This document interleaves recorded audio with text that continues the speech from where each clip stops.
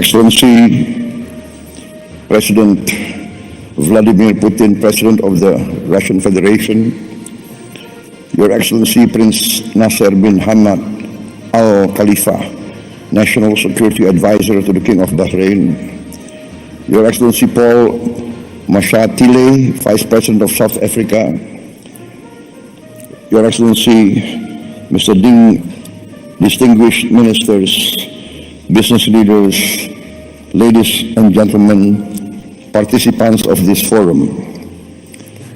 I'm honored here today to be invited and to speak in this forum, the St. Petersburg International Economic Forum 2025. This forum is a forum that combines and gathers leaders from the West, the Global South, the East, and where Eurasia meet.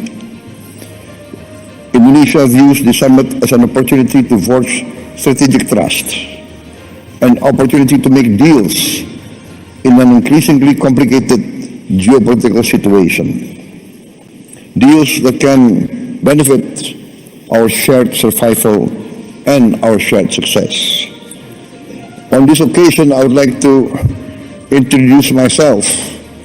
I am Prabowo, President of the Republic of Indonesia. I've just been inaugurated on 20th October 2024, and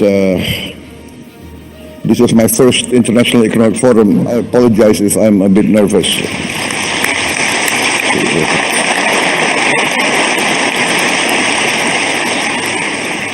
Indonesia is the fourth largest country by population.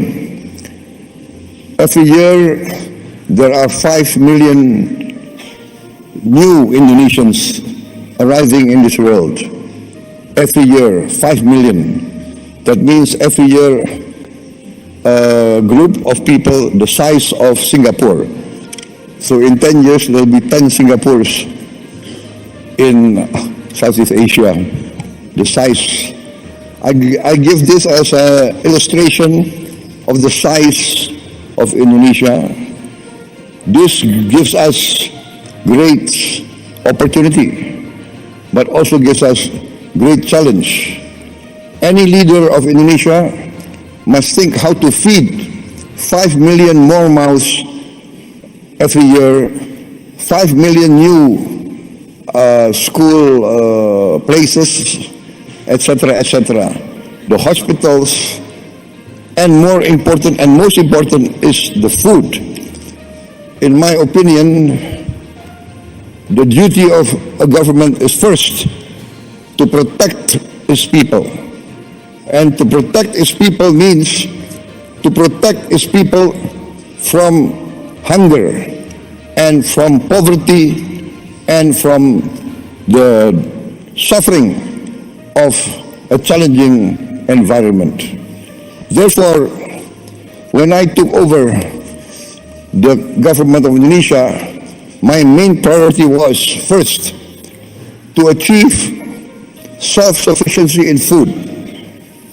Number 2, self-sufficiency in energy. Number 3, to improve the education level of Indonesians to be able to compete in the challenging era of the 21st century. And 4th, to speed up the industrialization of Indonesia. Indonesia has been fortunate in being given by the Almighty Lord vast economic resources. Vast economic resources. But these vast economic resources, if not wisely managed, actually can be a curse to our people. We have vast forests, we have vast minerals, we have a lot of commodities that are used in the world. But this has to be managed well. And therefore, in my opinion, every country needs its own economic policy and its own economic philosophy. One of the big mistakes of many countries in Southeast Asia is that we tend to always follow the biggest and the most powerful power in the world. In the last 30 years, we see the dominance of the neoliberal capitalist classical free market philosophy, which basically tends to be laissez-faire. And the Indonesian elite followed this philosophy. And therefore, in my opinion, we have not managed to create a level playing field for all our people. There is vast growth. We have grown 5% continuously, especially the last 7 years. Yes, 35% in 7 years. But we have not managed to have this so-called trickle-down effect. The wealth remains at the top less than 1%. And this is not a formula for success, in my opinion. Therefore, my position is this, that each country must follow its own economic philosophy. The economic philosophy that is in tune and that can be accepted by each country's culture and each country's background. Therefore, I have chosen the path of compromise, the path of the best of socialism and the best of capitalism. Pure socialism, we have seen, does not work. It's utopia. Pure socialism, we see many chances and many cases people do not want to work. Pure capitalism results in inequality, results in only a small percentage enjoying the fruits of the wealth. But our path is the path of the middle way. We want to use the creativity of capitalism, innovation, initiative. Yes, we need that. But we need government intervention to overcome poverty, overcome hunger, to intervene and to protect the weak.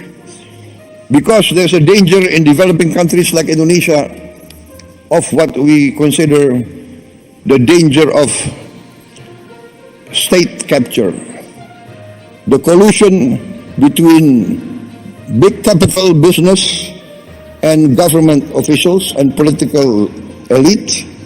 In the end, the collusion between these two groups does not result in the alleviation of poverty and the widening of the middle class. Therefore, we have chosen the philosophy, in essence and in simplicity, can be reduced to one sentence. The greatest good for the greatest many. That is our philosophy. Our government must work to bring the greatest good to the greatest many. And in this case, we have to have a clean government, free of corruption. And this, I think, is the key of rapid development. I am proud to stand here before you In my 7 months of administration, we have achieved an increase in rice and corn production of around 50%. And this is the greatest increase production in the aggregate in the history of the Republic of Indonesia. And we have now in our government warehouses 4.4 million tons of rice, which is the largest reserve in the history of the Republic of Indonesia in just a few months of my administration. We increased efficiency, we fight very strongly against corruption, we deregulate, we cut all the regulations which increase inefficiency, and we have seen the rapid results. I believe that if Indonesia can play a good role, a positive role in international relations, for instance, our participation in BRICS, we thank the government of Russia for supporting us to be a member of BRICS very fast. I think we are one of the fastest members to be accepted in BRICS. Also, Madam President, former President of Brazil and President of the New Development Bank, we are also accepted into the member of New Development Bank, also very fast. We thank also the government of China for supporting us and the government of South Africa. And we believe that together BRICS can contribute significantly to stability, prosperity of the world.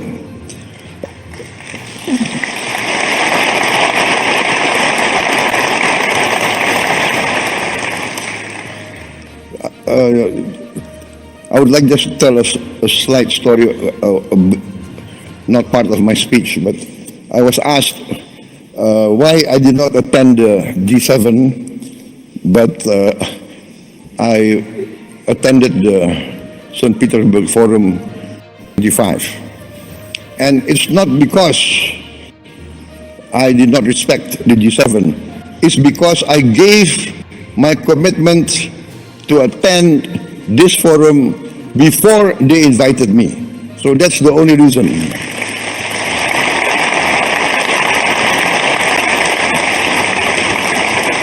So please don't read too much into the event. Sometimes political observers, they want to read, is this a political statement, right? No. Indonesia, by tradition, always non-aligned. We respect all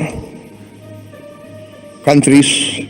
Our foreign policy is very simple. One phrase: 1,000 friends, too few. One enemy, too many. We want to be friends with everybody.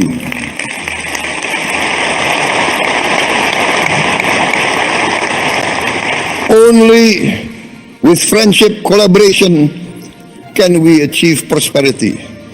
So thank you very much, President Putin, for inviting me.